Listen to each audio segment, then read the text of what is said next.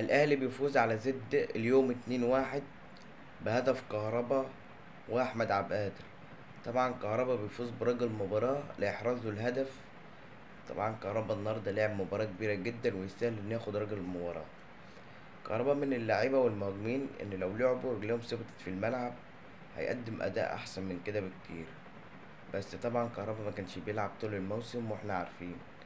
طبعا كهربا سجل 6 أهداف وهو بينزل كبديل أو أساسي مباراة قليلة جدا. عاش يا كهربا، العب وإن شاء الله هتبقى الأفضل. أحمد عبد القادر سجل هدف بس مستواه ما كانش الأفضل في الملعب اليوم. طبعا ما عجبنيش مستواه قوي بجد. عبد القادر نجم بس النهارده معرفش كان ماله. طبعا الأهلي بيوصل انتصاره ال21 على التوالي ويوصل للنقطة ال84 في الدوري. معرفش ليه الأهلي لحد دلوقتي ما اتوجش ليه. لا ده احنا خلاص كده كده احنا اللي هناخد الدوري خلاص، ليه متأجلين التتويج؟